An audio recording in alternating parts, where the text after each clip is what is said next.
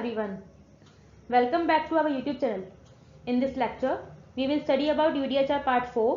हमने last 3 lectures में देखा था, स्टडी किया था कि ह्यूमन राइट्स क्या है, ह्यूमन राइट्स का इवोल्यूशन कैसे हुआ था, UDHR का बैकग्राउंड क्या था, UN कैसे बना, वर्ल्ड वॉर 1 कब हुआ था, लीग ऑफ नेशन कैसे बना था, देन हमारा वर्ल्ड वॉर 2 हुआ था, UN बना था, फिर देन UDHR बना था.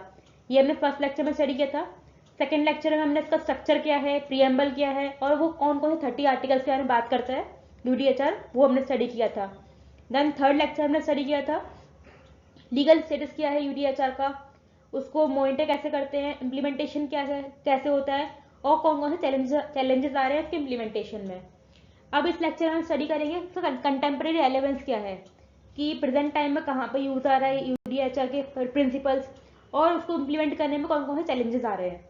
ये इस लेक्चर में हम स्टडी करेंगे. Okay then let's start this lecture. अब इसे कंटेम्प्रेरी रेलेवेंस की बात करते हैं. इसमें पहला पॉइंट है foundation of modern human rights practices. इसमें फर्स्ट आता है legal and policy influence. Human rights के या फिर बोल सकते हैं UDHR के प्रिंसिपल्स ने काफी सारे ट्रीटीज को इंस्पायर किया है, और नेशनल कॉन्स्टिट्यूशन को भी इंस्पायर किया है अपने लॉज में इंक्लूड करने के लिए UDHR को. इवन काफी नेशन के कॉन्स्टिट्यूशन ने UDHR के प्रिंसिपल्स को अपने कॉन्स्टिट्यूशन में इंक्लूड किया है as a law, as a fundamental rights की बेसिस पर. इवन UDHR के प्रिंसिपल्स को काफी लीगल डॉक्यूमेंट्स में भी एज अ फ्रेमवर्क यूज किया गया है. अब कुछ कोर्ट जो है, काफी सारे कोर्ट्स जो है वो भी ह्यूमन राइट्स के प्रिंसिपल लॉज को एक्सप्लेन करने के लिए UDHR के प्रिंसिपल्स को एज अ बेस यूज करते हैं, उसके प्रिंसिपल को यूज करते हैं ह्यूमन राइट्स को एक्सप्लेन करने के लिए. अब आता है ह्यूमन राइट्स एजुकेशन. इसमें गवर्नमेंट, NGO या फिर एजुकेशन इंस्टीट्यूशंस जो हैं वो UDHR को एज अ बेस यूज करते हैं फंडामेंटल राइट्स को एक्सप्लेन करने के लिए, लोगों में अवेयरनेस क्रिएट करने के लिए कि उन्हें गवर्नमेंट से कौन कौन से राइट्स मिले हुए हैं और उनको एक्सरसाइज कैसे करना है. ये UDHR प्रिंसिपल को यूज करके ये चीजें एक्सप्लेन करते हैं. अब नेक्स्ट पॉइंट देखते हैं. अब नेक्स्ट पॉइंट आता है guiding principal for equality movement. इसमें फर्स्ट है social movement and campaign. UDHR के प्रिंसिपल में काफी सारे प्रिंसिपल में सिविल राइट्स के बारे में, वुमेन के राइट्स के बारे में, काफी सारे और अदर राइट्स के बारे में बात किया गया, जैसे LGBTQ राइट्स से बोल सकते हैं कि लेस्बियन के लिए, ट्रांसजेंडर वगैरह के लिए इनके राइट्स के बारे में भी बात किया गया है.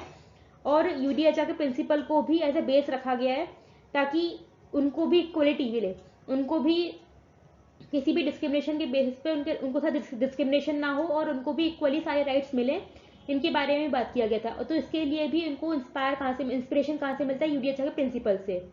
इवन काफी सारे जो कैंपेन्स होते हैं, ग्लोबल कैंपेन्स होते हैं रेसिज्म के अलग के बेस पर, कि रेस के बेस पर और कलर के बेस पे जो होते हैं, इवन जेंडर बेस्ड जो वायलेंस होता है उसका भी सबका रेफरेंस कहाँ से लेते हैं, UDHR के स्टैंड प्रिंसिपल से लेते हैं कि ये मोरल जो है, मैंने एथिकल जो पॉइंट ऑफ व्यू से ये चीज़ सही है और ये मोरल या एथिकल पॉइंट ऑफ व्यू से ये चीज़ सही नहीं है.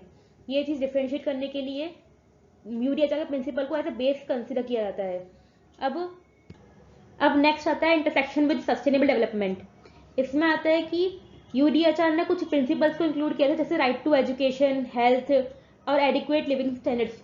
इसके बारे में बात की थी. बट अब UN का भी जब सस्टेनेबल डेवलपमेंट गोल जो है वो भी सेम है कि हर लोगों को एजुकेशन प्रोवाइड करवानी चाहिए, क्लीन और पीसफुल एनवायरनमेंट में रहने का एज अ राइट मिलना चाहिए, एज लोगों को प्रोवाइड करवाना चाहिए, और ये कि हेल्थ फैसिलिटी सबको मिलनी चाहिए. ये भी एक डेवलपमेंट गोल था उनका. तो जो UDHR के प्रिंसिपल जो लोगों को राइट मिले हुए हैं और कंट्री डेवलपमेंट दोनों साथ साथ में चलता है with the help of sustainable development, UN के सस्टेनेबल डेवलपमेंट गोल की वजह से. तो इसमें एक ये वाला पॉइंट भी इंपॉर्टेंट है. अब नेक्स्ट आता है बेसिस फॉर ग्लोबल एडवोकेसी. इसमें पहला आता है इंटरनेशनल डिप्लोमेसी. इसमें है कि जो डिप्लोमेट्स होते हैं, गवर्नमेंट ऑफिशियल जो होते हैं या कोई भी इंटरनेशनल ऑर्गेनाइजेशन है, वो नॉर्मली फ्रिक्वेंटली UDHR के प्रिंसिपल्स को एज अ बेंचमार्क या बेस यूज करती है कोई भी ट्रीटी में नेगोशिएट करने के लिए, या फिर कोई भी क्राइसिस हो रही है तो उसका सोल्यूशन या रिस्पॉन्स करने के लिए, उसके अगेंस्ट या उसके फेवर में आर्ग्यूमेंट्स प्रेजेंट करने के लिए UDHR के प्रिंसिपल को यूज किया जाता है. इसी में नेक्स्ट आता है हमारा grass root level and community initiatives.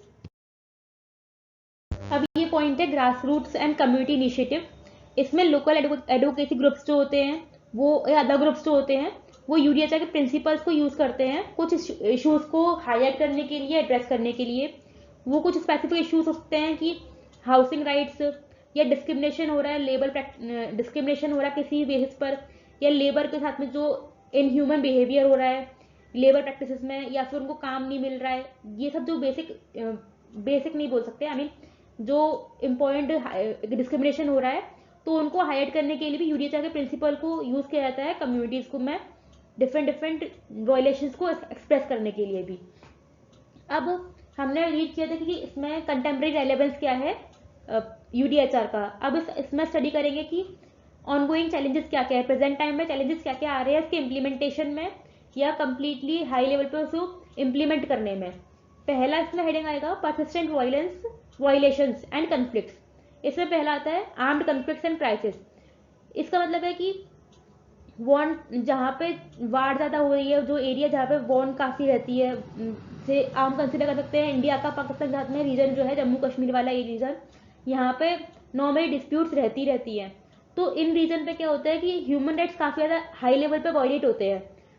तो ह्यूमन राइट्स के वायलेशन की वजह से वहाँ के सिविलियंस को टॉर्चर फेस करना पड़ता है। इवन उनको वहाँ से डिस्प्लेस भी कर दिया जाता है कि अगर बाई चांस कुछ एरिया पर अटैक होता है तो वहाँ से लोगों को मूव होकर दूसरे एरिया में शिफ्ट कर दिया जाता है, तो वहाँ से डिस्प्लेस किया जाता है।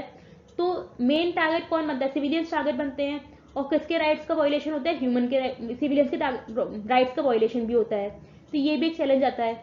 नेक्स्ट आता है कि रिफ्यूजी क्राइसिस की काफ़ी कंट्री जो दूसरी कंट्री होती है वहाँ के लोग आके हमारी कंट्री में असाइलम में सब रिफ्यूजी रहने लगते हैं, तो रिफ्यूजीज के तो राइट्स वायलेट होते ही होते हैं। इवन जहाँ पे वो रह रहे होते हैं वहाँ के राइट्स भी, वहाँ के इंडिविजुअल्स पर भी इफेक्ट पड़ता है।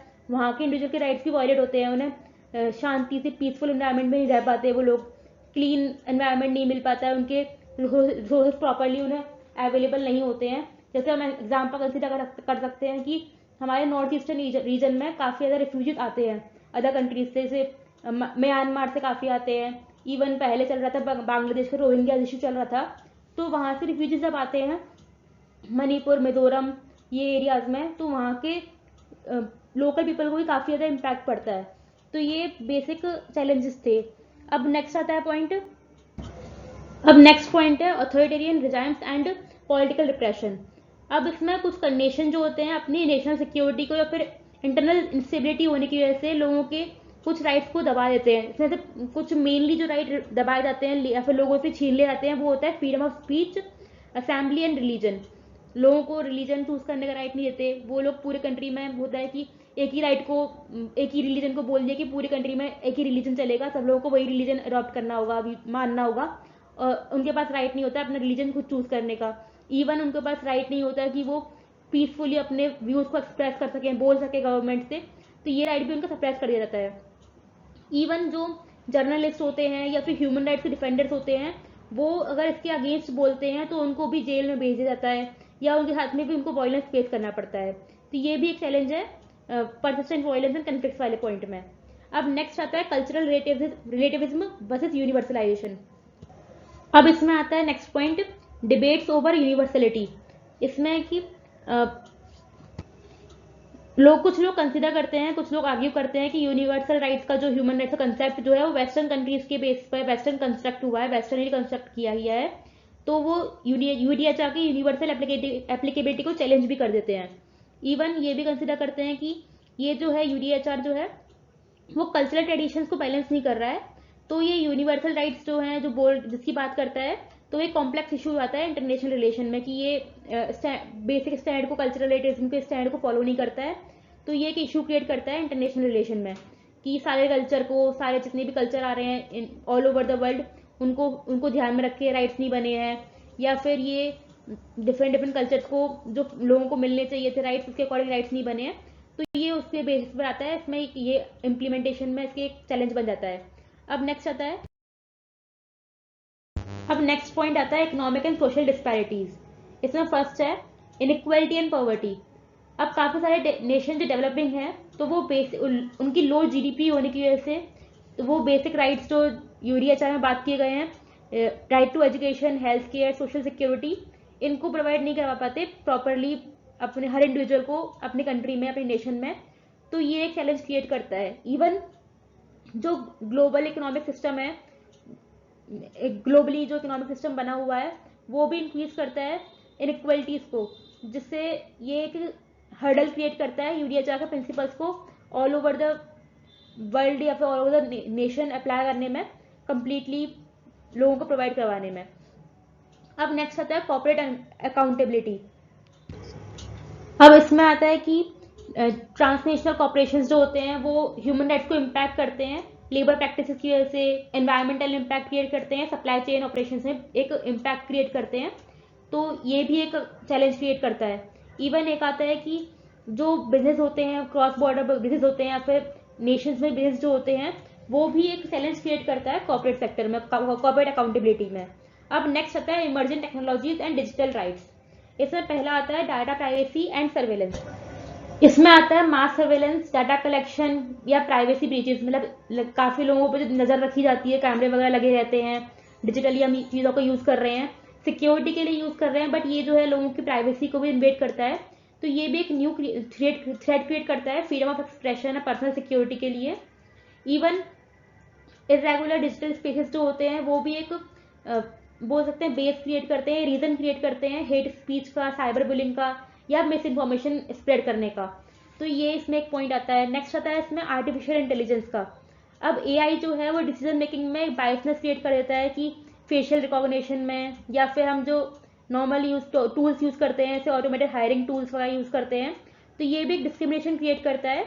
और डिस्क्रिमिनेशन की बात जो है यूडीएचआर के प्रिंसिपल्स में होती नहीं है। यूडीएचआर का प्रिंसिपल जो है वो all over the world equality की प्रमोट करने के लिए बात करता है। अब इसमें एक पॉइंट आता है कि balancing innovation with the protection of individual rights in growing concern. अब मेन बात है कि हमें इनोवेशन जितने भी हो रहे हैं, हमारे जितने भी नई टेक्नोलॉजीज यूज हो रही हैं, उसको भी हमें ऐसे बैलेंस करना होता है कि इसमें ह्यूमन राइट्स जो हमारे ह्यूमन के जो राइट्स मिले हुए हैं हमें बेसिक, उनको वो राइट्स वायलेट ना हो, और उनको ध्यान में रख के जो न्यू टेक्नोलॉजीज बन रही हैं वो तभी बने, उनको ध्यान में रख के बनाई जाए, और ह्यूमन राइट्स का जो इंडिविजुअल का जो कंसर्न है वो बढ़े ना लोगों का, कि एआई से उन्हें प्रॉब्लम जो क्रिएट हो रही है वो क्रिएट ना हो आगे। अब नेक्स्ट पॉइंट आता है climate change and environmental rights. इसमें आता है लिंक टू ह्यूमन राइट्स। अब क्लाइमेट जो है, ऐसे पॉल्यूशन इंक्रीज हो रहा है डे बाय डे, तो क्लाइमेट चेंज भी हो रहा है, तो इससे ह्यूमन राइट्स के में भी एक इशू क्रिएट हो रहा है। लोग इजीली एक्सेस नहीं कर पा रहे हैं फूड को, वाटर को, या फिर शेल्टर उन्हें इजीली प्रोवाइड नहीं हो रहा है, उसको एक्सेस करने में उन्हें प्रॉब्लम हो रही है। इवन एनवायरमेंटल डिग्रेड हो रहा है, जो वनरेबल कम्युनिटीज है या ट्राइबल एरियाज हैं, ट्राइब्स जो रहते हैं हमारे, वो भी हमारे ह्यूमन एज ए इंडिविजुअल हमारी कंट्री का पार्ट ही होते हैं, तो उनके राइट्स को वायलेट हो रहा है। तो किसी भी इंडिविजुअल के राइट्स को वायलेट होना है, इवन वो ट्राइबल पीपल हो, कोई भी पीपल हो, तो वो यूडीएचआर के प्रिंसिपल में अगेंस्ट होता है, यूडीएचआर के प्रिंसिपल के, इवन उसके राइट्स को, प्रिंसिपल को इम्प्लीमेंट करने में चैलेंज ही क्रिएट करता है। तो वनरेबल कम्युनिटीज को इम्पैक्ट क्रिएट करना, तो उनके लिए इंटरनेशनल या इंटरजनरेशनल जस्टिस में एक हर्डल क्रिएट करता है, इसके खिलाफ एक क्वेश्चन क्रिएट करता है यूडीएचआर के प्रिंसिपल्स के लिए कि एनवायरमेंटल डिग्रेडेशन एक रीजन क्यों बन रहा है ह्यूमन राइट्स को वायलेट करने का। हमने इस लेक्चर में देखा था कि कंटेम्प्रेरी रेलेवेंस क्या है यूडीएचआर का, और उसको से कौन कौन से चैलेंजेस आ रहे हैं। हमने चैलेंजेस में स्टडी किए थे कि एआई की वजह से, इमर्जिंग टेक्नोलॉजीज की वजह से, इनइक्वलिटी पॉवर्टी की वजह से, या फिर क्लाइमेट की वजह से क्या क्या चैलेंजेस आ रहे हैं इम्प्लीमेंटेशन में। ये यूडीएचआर का इस यूनिट का लास्ट लेक्चर था। ये यूनिट कंप्लीट हो चुकी है। Okay then, that's all for today.